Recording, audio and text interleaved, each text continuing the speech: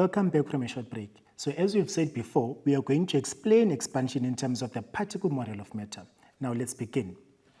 We know that some solids, they expand more than others because solids are not the same matter. We have different atoms that are making up different matter. So therefore, even the expansion of those particular solids, it is going to be different.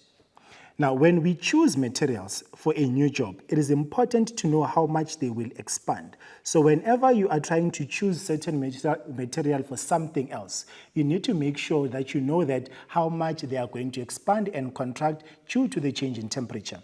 So this way, we can allow for the expansion when the materials get hot. That is now on a hot summer day or on a hot sunny day, when the temperature is extremely high, the particles or the matter is going to expand. We need to know by how much will it expand so that we can have that allowance of expansion. So the picture that we have here, it shows what could happen if no allowance is made for the expansion of the concrete blocks used to build a road. So if we are not trying to find out how much the material is going to be expanding when it's hot outside, especially if you're going to be using those particular materials on an open space. So when it's hot, this concrete was not allowed, or there was no allowance given to the concrete for the expansion. So what happens? The force created by the expansion of the concrete, they are so strong that the road surface has cracked. Because now the concrete is trying to expand, but there is no space for that to happen. And in so doing, they're going to now be applying a force against each other when they are trying to expand.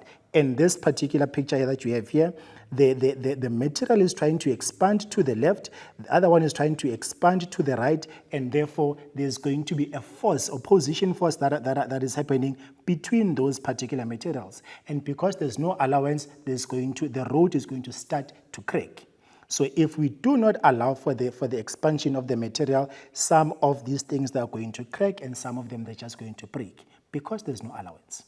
So now, when engineers, and when you grow up to be an engineer, when you want to design a bridge, you need to make sure that you allow for the contraction and expansion of the materials that you're going to use to build the bridge. So make sure that whichever materials you're trying to choose, or materials that you are choosing to build a certain bridge, make sure that you know how much they're going to expand so that you can allow for that expansion during the process of building. So now let's have a look at what we have here on the side. This photo is showing a close-up of the gap between the two road surfaces of a bridge. We can see that there's an interlocking teeth on this bridge here. We have interlocking teeth. These teeth, they allow the bridge to expand and contract while the teeth, they slide past each other. So basically, when the sun is extremely hot on the outside, the road or the concrete or the tar is going to expand. So now those teeth, they allow for that expansion. And when that happens, they are going to be now sliding across each other, allowing for that expansion to happen. If this was not there, when this tar is expanding to this side, and this one is expanding to the other side in the opposite direction, they are going to now apply a certain force onto each other. If there's no allowance of that expansion, that road was going to crack.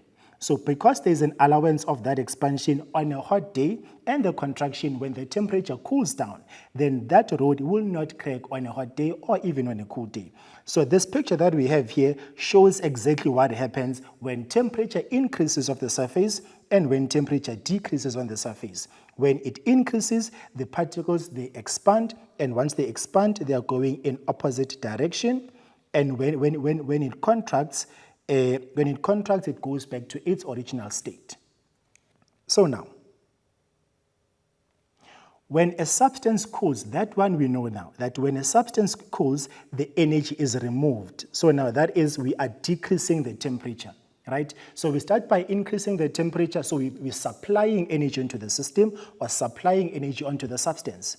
Now, when we are trying to cool it down, it means you must take away the energy by decreasing the temperature. So when a substance cools, energy is removed, the movement of the particles in that substance will slow down, and they're going to move closer together.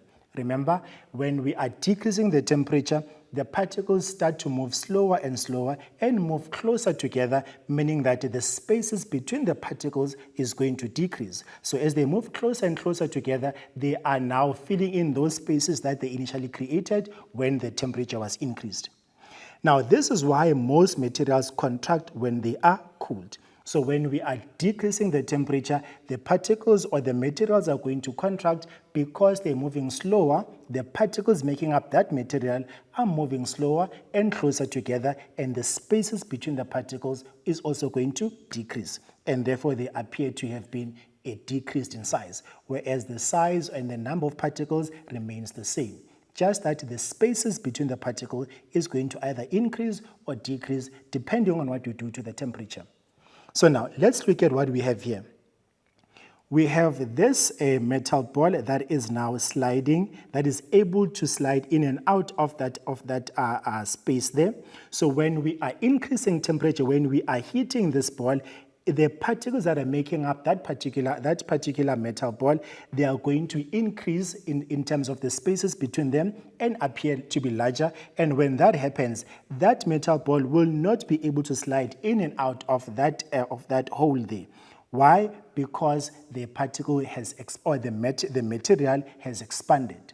But if we cool the temperature, or if you cool that metal ball, that means now we are saying the particles are going to be moving slower, and once they move slower, they move closer together, and once they move closer together, the spaces between the particles is going to decrease. And once the space decreases, then that metal ball will be able to slide in and out of that hole that we have here.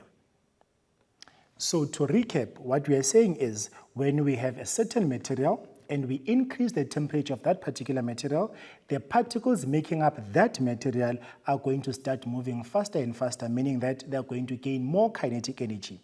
Right. When they gain more kinetic energy, they start moving away from each other, meaning that the spaces between the particles is going to increase.